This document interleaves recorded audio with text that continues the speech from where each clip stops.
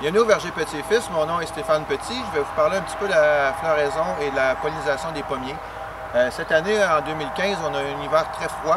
Malgré tout ça, très peu de dégâts de gel sont observés sur les bourgeons et les fleurs de pommiers. On peut voir ici, la floraison du pommier a lieu autour du mois de mai. Selon les années, la moyenne est à l'entour du 18-20 mai. Cette année, on est quelques jours plus vite.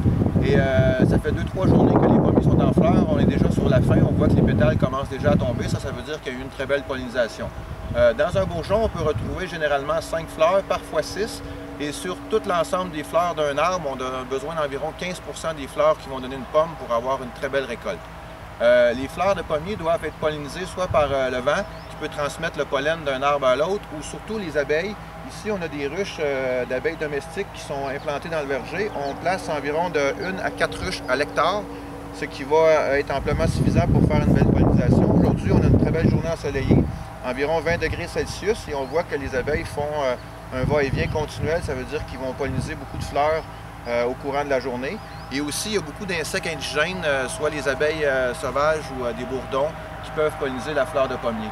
Pour donner une très belle pollinisation à une fleur, si on peut, l'abeille domestique peut y insérer 2-3 variétés de pollen, ça va donner une pollinisation vraiment intéressante.